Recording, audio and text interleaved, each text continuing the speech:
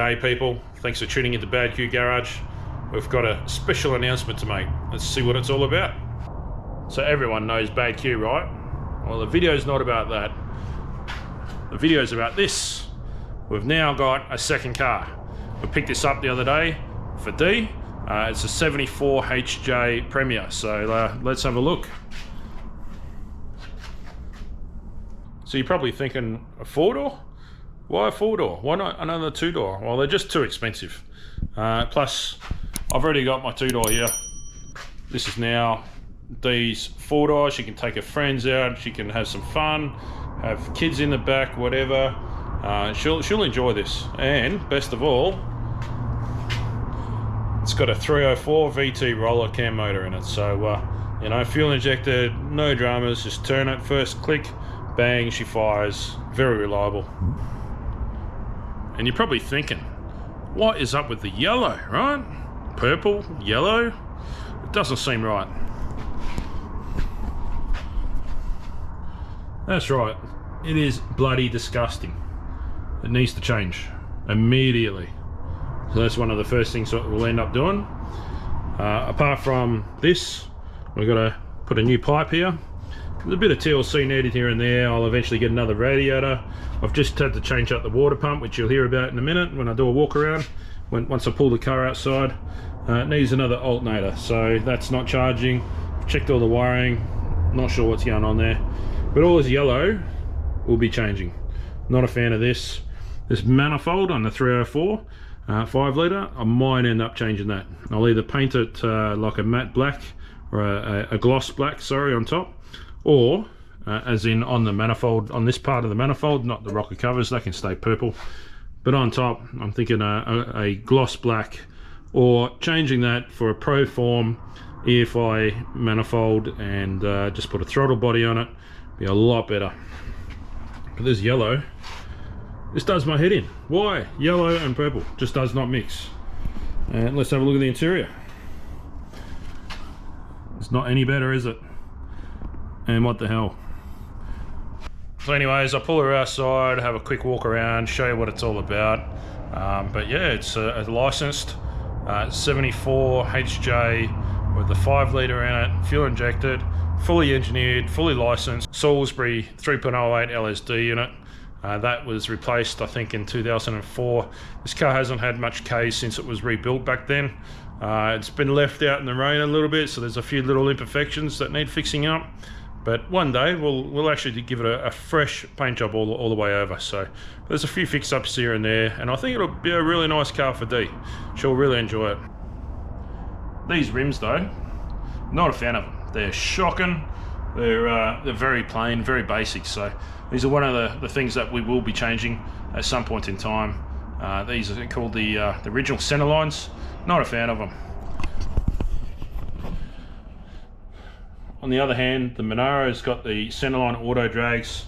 These are so much better, unlike the Cheviots over here, the centerline Cheviots I think they're called, correct me if I'm wrong. So I thought I'd give you a quick update with the HQ. About 4 years ago I sold the 350 that was in it, and I picked up a brand new 383 Chev from Chev Power. It's running a 383 crank, AFR heads, it's got the quick fuel 750 double pumper carby, the MSD Pro Billet Dizzy, the 6AL module in the glove box. Yeah, it's got the 9-inch in the back still with the 3.9 with the True Track in it. Turbo 400, fully manualised, built for, you know, 1,000 horsepower or whatever. Gets up and goes quite nicely. Never had a drama with that, so yeah, it's going well.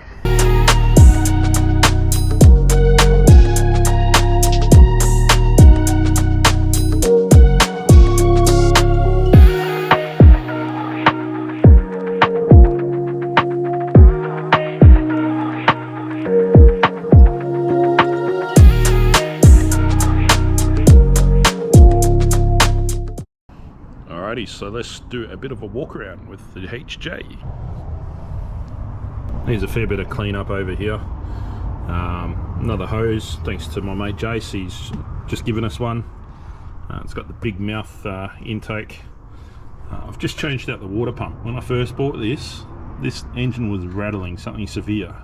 So I noticed this pulley was moving around a fair bit, so I changed out the water pump. It's not leaking anymore.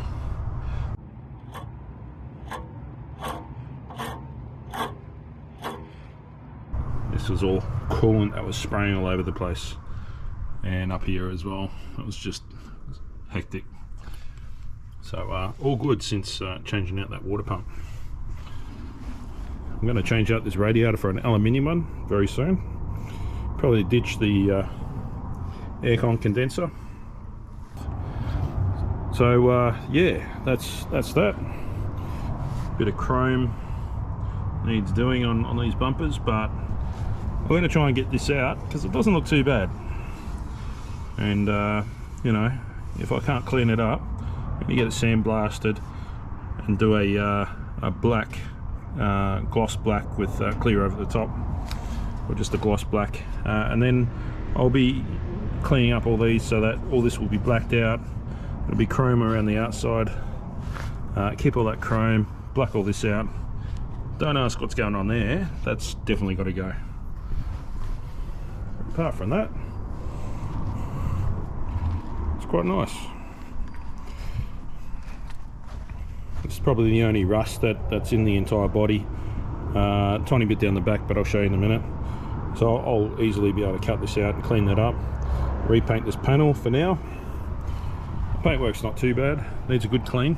So I'll do an after shot of what it looks like once it's all cleaned up. A few little marks, it's not much.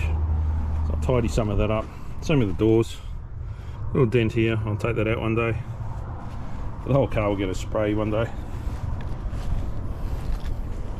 Looking in the boot, we got a bit of an opening here and a small scratch here. Nothing major. Looks like someone spent a bit of money on the boot here with the wood on the outside, on the inside there, and an amp and sub that come with it. I'll put a panel up on the back there to hide the battery, but yeah, not happy about the wiring either. All that's got to be replaced. At least it's carpeted. Absolutely no rust around in here, it's just foam insulation.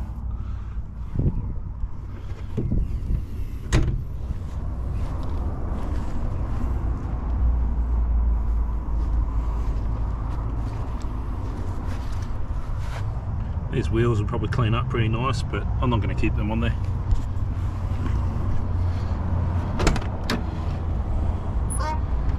Interior wise, what's going on here? So I'm going to swap that out for a new one. It's got the GDS dash. It does have the GDS speedo with the digital odometer, which is cool. Yeah, all the gauges seem to work alright. Stereo, Bluetooth, not sure why. Yeah, not a fan of where these speakers are mounted, but I'll probably change them out. There's another one on the other side. And this hideous shifter from a Commodore, that has to go eventually, and get rid of this console. Put a normal HJ one in there. Just got to work out what to do with the electric windows on the HJ console.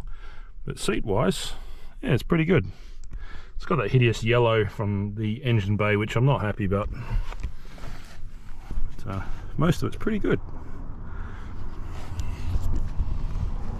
Doors, decent. Just have to say one thing about this. Dee always wanted to continuously drive the Monaro. However, she broke it one day, and you know, I let her drive it once or twice since then, but it's just not for her. So that is why I picked up the HJ. She'll be able to drive this herself. It's easy to drive. The Monaro's got a manual valve body in it, so it's a bit painful with the high compression with the motor. It's not really suitable for someone like her. So that's why I picked this up. Hopefully she doesn't break it. Time will tell. But I think it'll be a good car once I get a few things sorted on it. Should be loving it. So yeah, thanks for tuning back in, and yeah, take care.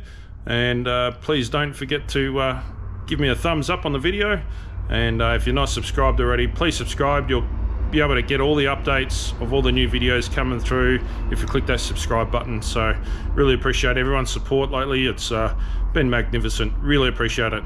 Anyways, take it easy, guys. Thank you.